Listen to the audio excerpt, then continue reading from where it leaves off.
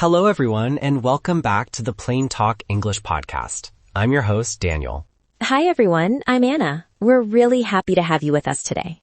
If you are learning English and you feel nervous when speaking on the phone, this episode is specially designed for you.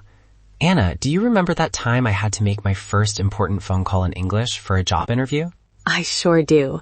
You told me your palms were sweating and you rehearsed your opening line 20 times. Exactly. I had this little piece of paper with my key phrases. When they finally answered, my mind went blank for a second, and I almost said, "Hello, this is paper," instead of my name. It was a moment of panic.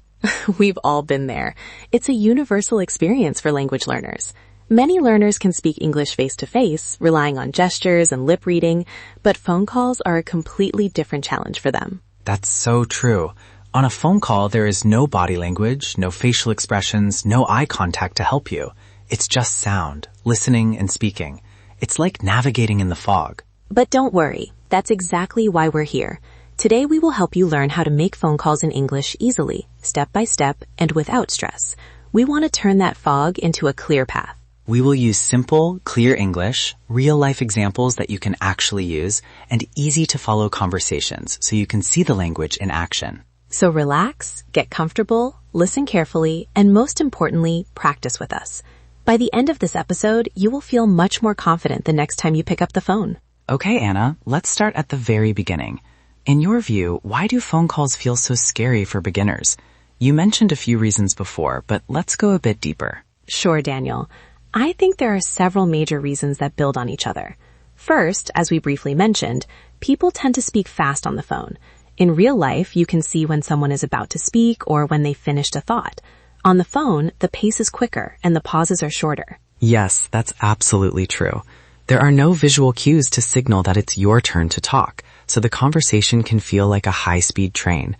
And if you miss one word, it can feel like you've missed the entire sentence. Exactly. The second reason is that learners have a deep fear of making mistakes. They are afraid their accent is too strong, that they will use the wrong word, or that they won't understand the other person. This fear can be paralyzing. They think, what if they laugh at me? What if they don't understand and I have to repeat myself over and over? That self-consciousness is a huge barrier. I remember worrying so much about my pronunciation. And the third reason? The third reason is a lack of familiarity with the formulas or standard phrases. They don't know what to say to begin or end a call politely. Every conversation has a social script, and if you don't know the lines, you feel lost on stage. How do I start? How do I ask for someone? How do I end the call without being rude? Exactly. And I would add a fourth reason, anxiety over different accents. English is a global language, and on the phone, where the sound quality isn't always perfect, deciphering a thick Scottish accent or a fast Australian accent can be incredibly difficult, even for advanced speakers. That's an excellent point. The lack of visual clarity makes it so much harder to adjust to a new accent. But the good news is, today, we are going to fix all these problems. We will give you the tools and the practice you need to overcome every one of these challenges. Let's start with the first, most important step. How do we begin a phone call in English? The easiest and most universal way is to say, hello. It works in any situation, whether it's formal or informal. It's safe and always correct. Yes, you can also use greetings that depend on the time of day, which can sound a little more formal and polite. For example, good morning, good afternoon, or good evening. After that initial greeting, you typically introduce yourself and then ask for the person you are calling.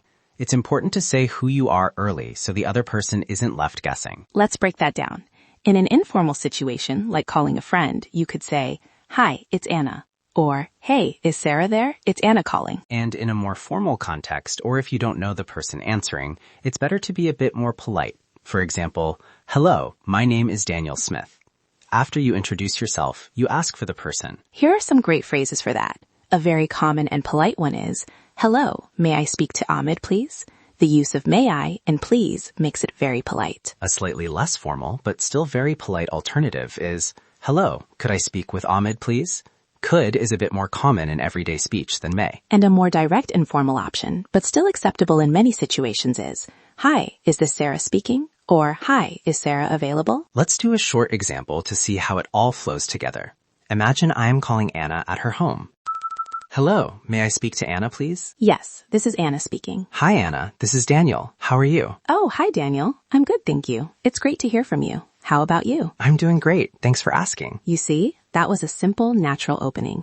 But what about when you are the one receiving the call? It's also important to know what to say. Good point. If it's your personal phone, you can answer simply with, hello? If it's a work phone, it is more professional to answer with a greeting and your name or the company's name. For example, good morning, ABC Company, Daniel speaking. How can I help you? Sometimes the person you are calling is not the one who answers the phone. It might be a receptionist, a roommate, or a family member. Yes, and this is where beginners often get confused or nervous. They have practiced their opening line, but they aren't prepared for the unexpected response. But it's easy to handle if you have the right phrases prepared. You just need polite sentences to ask for the person you want, like the ones we already mentioned. Let's review them. You can use, may I speak to, please? Or a slightly more informal option, is Daniel available? Let's role play an example where I call Daniel's office, but a colleague answers. Hello, this is Anna. May I speak to Daniel, please?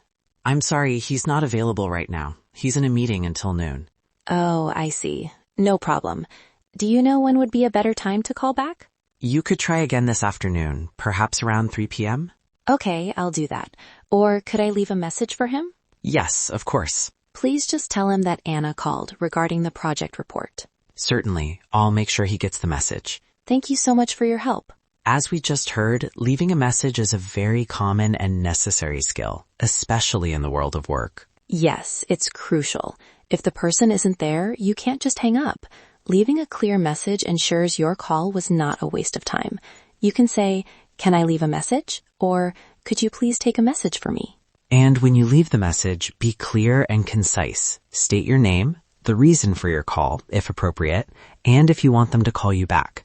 For example, please tell her Daniel called, or please ask him to call me back. If you want them to call you back, it's essential to leave your phone number, even if you think they already have it. Say it slowly and clearly. My number is, it's often a good idea to repeat it. Again, that's 0301 1234 567. Let's listen to a quick example focusing on this. Hello, may I speak to Mr. Khan, please? I'm sorry, he's busy on another line right now. Would you like to hold or call back later? That's okay. I'd prefer to leave a message. Please ask him to call me back when he's free. Sure. May I have your name and number, please? Yes, my name is Daniel, and my number is 0301 1234 567. Okay, so that's Daniel, and the number is 0301 1234 567. Is that correct? Yes, that's correct. Thank you. Notice how I repeated the number back to confirm it. This is so important when taking a message for someone else. Make sure you have the correct information. Exactly. Taking a message is just as important as leaving one. If someone asks you to take a message, have a pen and paper ready. Politely ask them to repeat information if you didn't hear it clearly. Phrases like, could you spell that name for me, please? Or could you repeat the number a bit more slowly? Are perfectly fine to use. Now, let's talk about professional or business phone calls. The bar is a little higher here. Yes, these calls need polite, clear language and a well-defined purpose. There's no time for small talk at the beginning. You need to get straight to the point, but in a courteous way. The beginning is slightly different. You typically introduce yourself, state which company you are calling from, and then state the purpose of your call. You could start by saying, good morning, this is Anna calling from PlainTalk English. And right after that, you explain why you are calling. This is called stating your purpose. Useful phrases for this are, I'm calling regarding, I'm calling to confirm, the reason I'm calling is... Let's role play a typical office call. Imagine Daniel is calling to confirm details for a meeting. Good morning. This is Daniel calling from ABC Company. May I speak with Miss Evans? Good morning, Daniel. This is Anna Evans speaking. How can I help you? Great. I'm calling regarding our meeting scheduled for tomorrow at 10 a.m. I just wanted to confirm if everything is still on track from your end. Yes, everything is set. We're looking forward to it. Did you receive the agenda I sent over this morning? I did, thank you. It looks perfect. That was all from my side. Just a quick confirmation. Excellent. Thank you for calling to check in. Notice how efficient and professional that conversation was. It was polite, direct, and the purpose was accomplished. Another common professional scenario is calling customer service. Here, you need to explain your problem clearly. You could begin with, hello, I'm calling because I'm having a problem with, or, Hello, I'd like to ask a question about my recent order. It's helpful to have any relevant information, like your customer number, order number, or model number, ready before you call to make the call go smoothly. Many people use phone calls for everyday tasks, like ordering food for delivery, or to book a table at a restaurant or an appointment at the hairdresser. Let's practice that. Let's start with a classic example, ordering a pizza. Hello, is this Pizza House? Yes, it is. How can I help you? Hi, I'd like to order a pizza for delivery, please. Sure. What would you like to order? I'd like to get one medium pizza with pepperoni and mushrooms, please. Okay, 1 medium pepperoni and mushroom. Anything else for you? A drink or a side? No, that will be all. All right. Can I get your name and address, please? My name is Daniel, and the address is 123 Main Street. Okay, Daniel, your total is $15.50, and it should be there in about 30 to 40 minutes. Great. Thank you very much. Now, for a slightly more complex scenario, booking a hotel room. Here, you'll need to give more details and ask more questions. Let's hear how that might sound. Good afternoon, Grand Hotel. This is Anna speaking. How may I assist you? Hello, I'd like to inquire about booking a room. Certainly. For which dates are you looking to book? I'm looking for a room for 2 nights, checking in on March 20th and checking out on March 22nd. Okay, let me check our availability for those dates. Yes, we do have rooms available. Are you looking for a room for 1 person or 2? For 2 people, please. A double room if possible. We have a standard double room available for $150 per night and a deluxe double room with a sea view for $200 per night.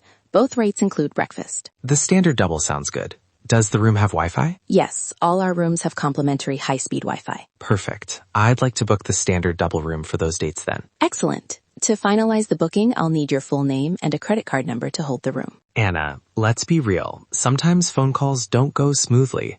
What if the line is not clear or there's a lot of noise? That's a very common situation. Don't pretend to understand. It is much better to ask the person to repeat themselves. You can say politely, "I'm sorry, the line is a bit bad. I can't hear you very clearly." Or, "Sorry, I didn't catch that. Could you repeat that, please?" And what if the person is speaking too fast? That can be very stressful. Don't be afraid to ask them to slow down. Most people will be very understanding. You can say, "I'm sorry, my English isn't perfect. Could you please speak a little more slowly?"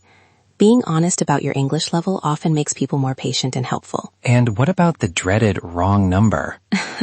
Yes. If you realize you've dialed incorrectly, it's very simple. Just say, "Oh, I'm so sorry. I think I have the wrong number. Goodbye."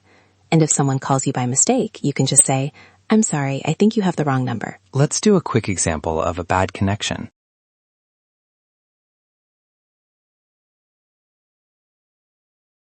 Hello? Anna? Are you there? Hello? Daniel? I have a bad connection. Sorry, Anna, I can't hear you well at all. You're breaking up. Is it any better now? I moved to a different spot. Yes, much better. I can hear you perfectly now. Thank you.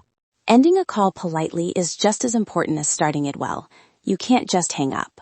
Exactly. You need a closing phrase to signal that the conversation is over.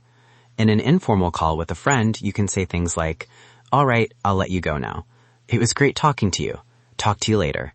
And in a more formal or business context, the closing phrases are usually a bit different. They show appreciation for the other person's time. For example, "Thank you for your time. Thank you very much for your help." After the closing phrase, you say your goodbyes. Goodbye is universal and safe. Have a nice day is also a very kind way to end. Let's listen to one final example of how to end a call politely. Okay, I think that's all the information I need. Thank you so much for your help today. You're very welcome. Is there anything else I can assist you with? No, that's everything. Thanks again. All right then. Thank you for calling. Have a wonderful day. You too. Goodbye. Goodbye. Before we finish, we want to give you some final practical tips to make you feel more confident when making phone calls. First, and most importantly, speak slowly. When we speak slowly, our brain has more time to find the right words. It also makes our pronunciation clearer and makes it easier for the other person to understand us. It's not a race. Second, use simple English. Don't try to use complicated words or long sentence structures if you aren't comfortable with them. It is better to say a simple, correct sentence than a complex wrong one. Clarity is your main goal. Third, don't be afraid of mistakes. Everyone makes mistakes, even native speakers. Errors are a natural part of learning. Most people will be patient and will appreciate your effort. Fourth, practice every day. Confidence comes from practice.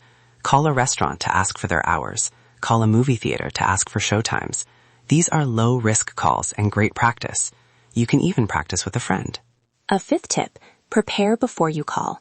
If it's an important call, take 5 minutes to write down the key points you want to say or the questions you want to ask. Having these notes in front of you can be an incredible safety net. And one last tip, which might sound strange. Smile when you talk. The other person can't see you, but a smile actually changes the tone of your voice, making it sound friendlier, warmer, and more confident. Try it. It really works. Great job, everyone. You made it to the end of the episode. Now you have a full toolkit of phrases and strategies for how to make phone calls in English, easily and with confidence. We've covered everything from starting and ending to handling problems and professional situations. Remember, the secret is practice. Listen to these example conversations daily. Pause the recording and repeat the phrases out loud. The more you practice, the more natural it will feel. If you enjoyed this episode and found it helpful, please like, share it with other English learners, and subscribe to PlainTalk English so you don't miss our future episodes. Your support means the world to us and helps us create more content for you. We'll see you in the next episode, where we'll be talking about how to participate in business meetings in English. Until then, keep practicing your English and don't be afraid to pick up that phone. Goodbye.